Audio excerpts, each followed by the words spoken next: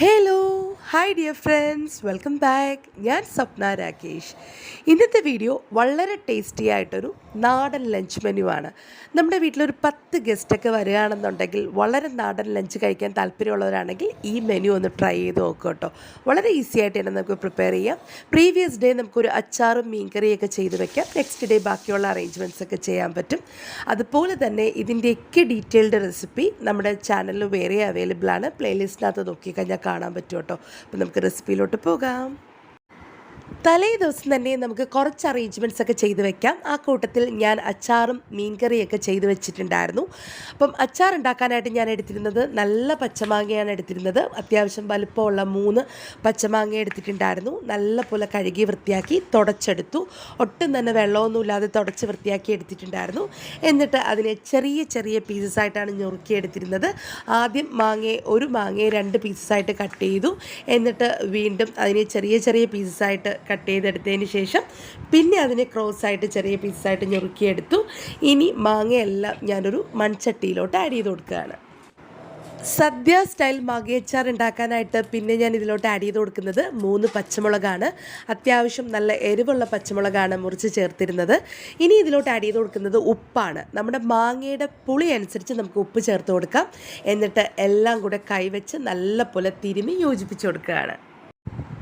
ഇനി ഞാൻ ഈ ചട്ടിയൊക്കെ ഒന്ന് മൂടി മാങ്ങ പീസൊക്കെ ഒന്ന് മാറ്റി വെക്കുകയാണ്. ഒരു 4-5 മണിക്കൂറിന് ശേഷം ഞാൻ ചട്ടിയൊക്കെ ഒന്ന് തുറന്ന് നോക്കിയിട്ടുണ്ടായിരുന്നു. അപ്പോൾ നല്ല പോലെ മാങ്ങ പീസിൽ നിന്ന് വെള്ളമൊക്കെ ഇറങ്ങി നല്ല പോലെ ഉപ്പൊക്കെ പിടിച്ച് റെഡിയായി വന്നിട്ടുണ്ട്. ഇനി ഞാൻ ഇതിലോട്ട് ആഡ് ചെയ്ത് കൊടുക്കുന്നത് 3 ടീസ്പൂൺ കാശ്മീരി ചില്ലി മുളക് പൊടിയാണ്.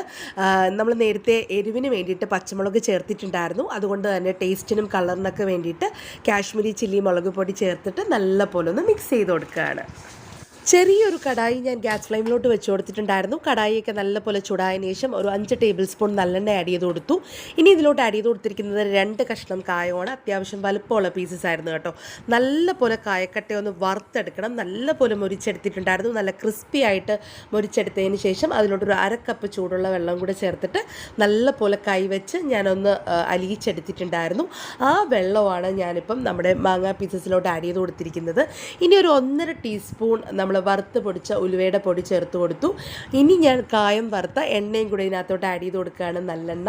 നമുക്ക് വേണമെങ്കിൽ കായപ്പൊടി വേണമെങ്കിലും ചേർക്കാം കേട്ടോ. ഇപ്പോൾ ഒരു അടിപൊളി മാങ്ങയച്ചാർ, സദ്യ മാങ്ങയച്ചാർ റെഡി ആയിട്ടുണ്ട്. ഇനി നമുക്ക് മീൻകറി ഉണ്ടാക്കാൻ സ്റ്റാർട്ട് ചെയ്യാം. അതിന് വേണ്ടിയിട്ട് ഞാനൊരു മൺചട്ടി ഗ്യാസ് ഫ്ലെയിമിലോട്ട് വെച്ച് കൊടുത്തു. ഒരു 3-4 ടേബിൾ സ്പൂൺ വെളിച്ചെണ്ണയാണ് ആഡ് ചെയ്ത് കൊടുത്തിരിക്കുന്നത്. കുറച്ച് കടുകും ഉലുവയൊക്കെ ചേർത്ത് പൊട്ടിയതിന് ശേഷം കറിവേപ്പിലയും കൂടി ആഡ് ചെയ്ത് കൊടുത്തിട്ടുണ്ട്. ഇനി ഇതിലോട്ട് ആഡ് ചെയ്ത് കൊടുക്കുന്നത് ഒരു 10-12 പീസ് ചെറിയുള്ളിയാണ് കേട്ടോ. നല്ല പോലെ ഒന്ന് വയറ്റി കൊടുത്തിട്ടുണ്ടായിരുന്നു. ചെറിയൊരു കഷ്ണം ഇഞ്ചിയും ഒരു 3-4 അല്ലി വെളുത്തുള്ളിയും കൂടി ചേർത്ത് കൊടുത്തു. നല്ല പോലെ ഒന്ന് വയറ്റി കൊടുത്തു. ഇനി ഇതിലോട്ട് ആഡ് ചെയ്ത് കൊടുക്കുന്നത് 4 തൊണ്ടൻ മുളകാണ്. പച്ചമുളക് വേണമെങ്കിലും ചേർത്ത് കൊടുക്കാം. 2ആയിട്ട് മുറിച്ചാണ് ചേർത്തിരുന്നത്. ഒരു 3 കഷ്ണം കുടംപുളി ചേർത്ത് കൊടുത്തിട്ടുണ്ടായിരുന്നു. പിന്നെ ആഡ് ചെയ്ത് കൊടുക്കുന്നത് ഒരു ടൊമാറ്റോ ആണ്. നല്ല പോലെ ഒന്ന് വയറ്റി കൊടുക്കുകയാണ്. കഴുകി വൃത്തിയാക്കിയ കുടംപുളി ഡയറക്റ്റായിട്ടാണ് ചേർത്ത് കൊടുത്തിരിക്കുന്നത്. പിന്നെ ഇതിലോട്ട് ആഡ് ചെയ്ത് കൊടുത്തത് ഒരു 1/2 ടീസ്പൂൺ മഞ്ഞൾപ്പൊടിയും 3 ടീസ്പൂൺ കാശ്മീരി ചില്ലി മുളക് പൊടിയും 1 ടീസ്പൂൺ സാദാ എരിവുള്ള മുളക് പൊടിയും ചേർത്ത് നല്ല പോലെ പച്ചമണം മാറിയതിന് ശേഷം അതിലോട്ട് ഞാൻ 2 ടീസ്പൂൺ മല്ലിപ്പൊടിയും കൂടെ ചേർത്ത് നല്ല പോലെ ഒന്ന് വഴറ്റി കൊടുക്കുകയാണ്. ഇനി ഇതിലോട്ടൊരു 2 കപ്പ് ചൂടുള്ള വെള്ളം കൂടെ ആഡ് ചെയ്ത് കൊടുക്കുകയാണ്. എന്നിട്ട് നമുക്കിത് നല്ല പോലെ ഒന്ന് തിളപ്പിച്ചെടുക്കണം. ആവശ്യത്തിനുള്ള ഉപ്പ് കൂടെ നമുക്ക് ഈ സമയം ആഡ് ചെയ്ത് കൊടുക്കാം കേട്ടോ. നല്ല പോലെ തിളച്ച് നമ്മുടെ കുടംപുളിയുടെ പുളിയൊക്കെ നല്ല പോലെ ഇറങ്ങി വന്നതിന് ശേഷം നമുക്കിതിലോട്ട് മീൻ പീസസ് ആഡ് ചെയ്ത് കൊടുക്കാം. ഞാനൊരു 5 മീഡിയം സൈസ് അയിലയാണ് എടുത്തിട്ടുണ്ടായിരുന്നത്. ഒരുപാട് കുടംപുളി ഇട്ട മീൻ കറിയുടെ റെസിപ്പി നമ്മൾ ഓൾറെഡി പോസ്റ്റ് ചെയ്തിട്ടുണ്ടായിരുന്നു. അതിൻ്റെ ലിങ്ക് ഞാൻ ഡിസ്ക്രിപ്ഷൻ ബോക്സിൽ ആഡ് ചെയ്യാം കേട്ടോ. അപ്പോൾ അടിപൊളിയായിട്ടൊരു ടേസ്റ്റി കുടംപുളി ഇട്ട മീൻ കറി റെഡി ആയിട്ടുണ്ട്. ഇനി കുറച്ച് കറിവേപ്പിലയും വറുത്ത് പൊടിച്ച ഉലുവപ്പൊടിയും കൂടെ ചേർത്ത് ഞാനിവിടെ മാറ്റി വയ്ക്കുകയാണ്. നമുക്കത് നെക്സ്റ്റ് ഡേ ഉപയോഗിക്കാനുള്ളൊരു മീൻ കറിയാണ്. അപ്പോൾ ഞാൻ ഇന്നലെ നമ്മുടെ സദ്യ മാങ്ങയച്ചാറും മീൻകറിയൊക്കെ ഉണ്ടാക്കി വെച്ചു. അപ്പോൾ ഇന്ന് ഞാൻ ആദ്യം തന്നെ രാവിലെ ഒരു കുക്കറിലോട്ട് നമ്മൾ സദ്യ പരിപ്പ് കറി ഉണ്ടാക്കാനായിട്ട് ചെറിയ കപ്പിൽ ഒരു 1.5 കപ്പ് പരിപ്പ് നല്ലപോലെ വറുത്തെടുത്തിട്ടുണ്ടായിരുന്നു. ചൂടെല്ലാം മാറിയതിന് ശേഷം അതിലോട്ട് വെള്ളം ഒഴിച്ച് നല്ലപോലെ കഴുകിയെടുത്തു.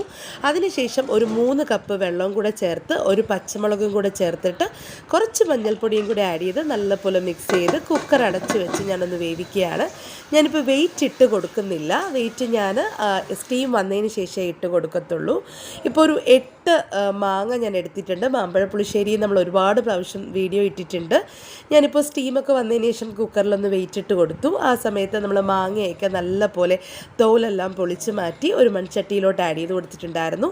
ഒരു 2 പച്ചമുളകും കുറച്ച് മഞ്ഞൾപ്പൊടിയും ആവശ്യത്തിനുള്ള വെള്ളവും കൂടെ ചേർത്ത് ഞാനിവിടെ മാങ്ങയൊക്കെ ഒന്ന് വേവാൻ വേണ്ടി മാറ്റി വെച്ചു. ആ സമയത്ത് പരിപ്പൊക്കെ ഒരു 3-4 വിസിലൊക്കെ കേട്ട് വെന്ത് റെഡിയായി വന്നിട്ടുണ്ട്. മാമ്പഴമൊക്കെ നല്ലപോലെ വെന്ത് തുടങ്ങിയിട്ടുണ്ട്. കുറച്ച് ഉപ്പും കൂടെ ചേർത്ത് കൊടുത്തു. ഇനി 1 കപ്പ് തേങ്ങ, 1 പച്ചമുളക്, 2 കഷ്ണം വെളുത്തുള്ളി, 1/4 ടീസ്പൂൺ ജീരകം, കുറച്ച് കറിവേപ്പിലയും കൂടെ ചേർത്ത് നമുക്ക് പരിപ്പിന് വേണ്ടിയിട്ടുള്ള കൂട്ട് നല്ല പേസ്റ്റ് പോലെ ഒന്ന് അരച്ചെടുക്കണം കേട്ടോ. ഈ സമയം നമ്മുടെ പരിപ്പൊക്കെ നല്ലപോലെ വെന്ത് റെഡിയായി വന്നിട്ടുണ്ട്. സ്റ്റീമെല്ലാം പോയതിനു ശേഷം ഞാൻ കുക്കറൊന്ന് തുറന്ന് നോക്കി നല്ലപോലെ ഒന്ന് മിക്സ് ചെയ്ത് കൊടുക്കുകയാണ്. ഇനി ഇതിലോട്ട് പരിപ്പിന് വേണ്ടിയിട്ടുള്ള തേങ്ങാക്കൂട്ട് ചേർത്ത് കൊടുക്കാം. എന്നിട്ടൊരു 2.5 കപ്പ് വെള്ളം കൂടെ മിക്സറിൻ്റെ ജാറിലോട്ട് ആഡ് ചെയ്തിട്ട് ഞാൻ പരിപ്പിലോട്ട് ആഡ് ചെയ്ത് കൊടുക്കുകയാണ്. ഇനി നമുക്ക് ആവശ്യത്തിനുള്ള ഉപ്പും കൂടെ ചേർത്തിട്ട് നല്ലപോലെ ഒന്ന് മിക്സ് ചെയ്ത് കൊടുക്കാം. ഇപ്പോൾ നമ്മുടെ പരിപ്പൊക്കെ നമുക്ക് അത്യാവശ്യം ഒന്ന് തിളപ്പിച്ചെടുക്കണം. ഒരുപാടങ്ങ് തിളപ്പിച്ചെടുക്കരുത്. പരിപ്പൊക്കെ ഒന്ന് തിളച്ച് വരുമ്പോഴത്തേക്ക് നമുക്ക് ഫ്ലെയിം ഓഫ് ചെയ്ത് കൊടുക്കാം. എന്നിട്ട് നമുക്കിതിനകത്തോട്ട് കുറച്ചൊന്ന് താളിച്ച് ചേർക്കാനുണ്ട്. നെയ്യിലാണ് ഞാൻ താളിച്ച് ചേർക്കുന്നത്. കടുകൊന്നും ചേർത്ത് കൊടുക്കുന്നില്ല. നെയ്യൊക്കെ നല്ലപോലെ ചൂടായി വന്നതിന് ഒരു 5-6 ചെറിയുള്ളിയും ഒരു 5-6 വറ്റൽമുളകും കുറച്ച് കറിവേപ്പിലയും കൂടെ ചേർത്ത് ഞാനിത് പരിപ്പിലോട്ട് ആഡ് ചെയ്ത് കൊടുക്കുകയാണ്.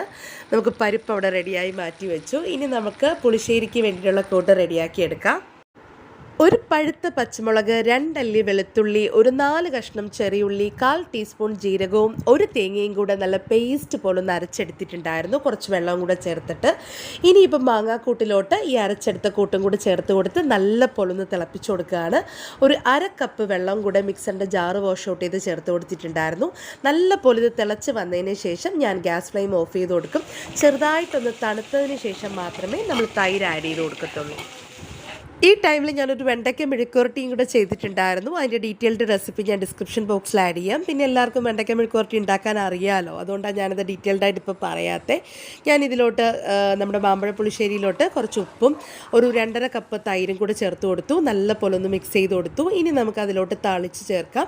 കുറച്ച് കടുകും വറ്റൽമുളകും കറിവേപ്പിലയും കുറച്ച് മുളക് പൊടിയും കൂടെ മിക്സ് ചെയ്ത് നല്ല പോലെ കടുക് വറുത്തിട്ടുണ്ടായിരുന്നു. അത് ഞാൻ നമ്മുടെ പുളിശ്ശേരിയിലോട്ട് ചേർത്ത് കൊടുത്തു. അങ്ങനെ പുളിശ്ശേരി റെഡിയായി.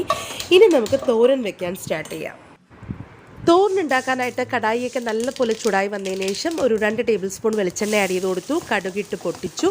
ഒരു 3-4 വറ്റൽമുളകും ഒരു സവാളയും കൂടി ചേർത്ത് നല്ലപോലെ വഴറ്റി കൊടുത്തു. എന്നിട്ട് ഒരു മീഡിയം സൈസിലുള്ള ക്യാബേജാണ് ചെറിയ ചെറിയ പീസായിട്ട് മുറിച്ച് ആഡ് ചെയ്ത് കൊടുത്തിരിക്കുന്നത്. ഇപ്പോൾ കുറച്ച് ഉപ്പും കൂടി ചേർത്തിട്ട് നല്ലപോലെ ഒന്ന് വഴറ്റി കൊടുക്കാം.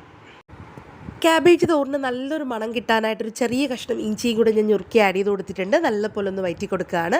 ക്യാബേജൊക്കെ ഇവിടെ ഇരുന്ന് കുക്കായി റെഡിയായി വരട്ടെ. ഒരു മീഡിയം ഫ്ലെയിം മെയിൻറ്റെയിൻ ചെയ്തിട്ട് ഞാൻ ഈ സമയത്ത് പപ്പടമൊക്കെ ഒന്ന് വറുത്ത് കോരിയിട്ടുണ്ടായിരുന്നു. അതുപോലെ ചിക്കൻ ഫ്രൈ ചെയ്തിട്ടുണ്ടായിരുന്നു. ചിക്കൻ ഫ്രൈയുടെ ഒത്തിരി റെസിപ്പി നമ്മുടെ ചാനലിൽ അവൈലബിൾ ആണ്. ഞാൻ ലിങ്ക് ഡിസ്ക്രിപ്ഷൻ ബോക്സിൽ ആഡ് ചെയ്യാം. വെറുതെ വീഡിയോ വലുതാക്കണ്ടെന്ന് വിചാരിച്ചിട്ടാണ് കാണിക്കാത്തത്. ഇപ്പോൾ തോറിനൊക്കെ റെഡിയായി വന്നിട്ടുണ്ട്. അതിനുള്ള കൂട്ട് നമുക്കൊന്ന് ചതച്ചെടുക്കാം. ഒരു 3-4 കഷ്ണം വെളുത്തുള്ളി, 1/2 ടീസ്പൂൺ മഞ്ഞൾപ്പൊടി, ഒരു 4-5 പഴുത്ത പച്ചമുളക് ഉണ്ടെങ്കിൽ അത് തന്നെ ചേർത്ത് കൊടുക്കും. പിന്നെ കുറച്ച് ജീരകം, പിന്നെ കറിവേപ്പിലയും ഒരു വലിയ തേങ്ങയും എടുത്തിട്ടുണ്ടായിരുന്നു. എന്നിട്ട് നല്ല പോലെ കൂട്ടൊക്കെ ഒന്ന് ചതച്ചെടുത്തതിന് ശേഷം ഞാൻ നേരത്തെ എപ്പോഴും പറയാറുണ്ട്, തോരത്തിൻ്റെ നടുക്കൊരു ഹോള് പോലെ ഒരു കുഴി പോലെ ഉണ്ടാക്കിയിട്ട് ഞാൻ നേരത്തെ ചതച്ച് വെച്ചിരിക്കുന്ന തേങ്ങാക്കൂട്ടൊക്കെ ചേർത്ത് കൊടുത്തു. എന്നിട്ട് നമുക്കിങ്ങനെ തത്തിപ്പൊത്തി വെച്ച് ചെറിയൊരു ഫ്ലെയിമിൽ തോരനൊക്കെ ഒന്ന് കുക്ക് ചെയ്തെടുക്കാം. ഒരു 5-6 മിനിറ്റ് നമുക്ക് ചെറിയൊരു ഫ്ലെയിം മെയിൻറ്റെയിൻ ചെയ്ത് കുക്ക് ചെയ്തതിന് ശേഷം നല്ലപോലെ ഒന്ന് ഇളക്കി കൊടുക്കാം. ഇപ്പോൾ തോരനൊക്കെ ഓൾമോസ്റ്റ് റെഡി ആയിട്ടുണ്ട്. അതുപോലെ ചിക്കൻ ഫ്രൈ ഒക്കെ ഞാനൊരു 3 ബാച്ചസ് ആയിട്ടാണ് ഫ്രൈ ചെയ്ത് കോരിയത്. ഇപ്പം നമ്മുടെ തോരനും ഇവിടെ റെഡി ആയിട്ടുണ്ട്. ഉപ്പ് കുറച്ച് കുറവായിട്ട് തോന്നി. ഞാൻ ലേശം ഉപ്പും കൂടെ ചേർത്തിട്ട് നല്ലപോലെ ഒന്ന് മിക്സ് ചെയ്ത് കൊടുക്കുകയാണ്. അപ്പോൾ എല്ലാവരും ഈ ഒരു ലഞ്ച് മെനു ഒന്ന് ട്രൈ ചെയ്ത് നോക്കൂ കേട്ടോ. വളരെ ഡീറ്റെയിൽഡ് ആയിട്ടുള്ള ഇതിൻ്റെ എല്ലാത്തിൻ്റെ റെസിപ്പിയും നമ്മുടെ ചാനലിൽ അവൈലബിൾ ആണ് കേട്ടോ. അപ്പോൾ അത് കാണണമെന്നുണ്ടെങ്കിൽ ഞാൻ ഡിസ്ക്രിപ്ഷൻ ബോക്സിൽ ലിങ്ക് പോസ്റ്റ് ചെയ്യാം. നിങ്ങൾക്ക് പ്ലേലിസ്റ്റിൽ കയറി നോക്കിയാലും കാണാം കേട്ടോ. അപ്പോൾ എല്ലാവരും ട്രൈ ചെയ്ത് നോക്കിയിട്ട് നിങ്ങളുടെ ഫീഡ്ബാക്കൊക്കെ പറയൂ. പുതിയൊരു റെസിപ്പി ആയിട്ട് വീണ്ടും ഉടൻ തന്നെ വരുന്നതായിരിക്കും. അതുവരേക്കും താങ്ക് യു, ബൈ.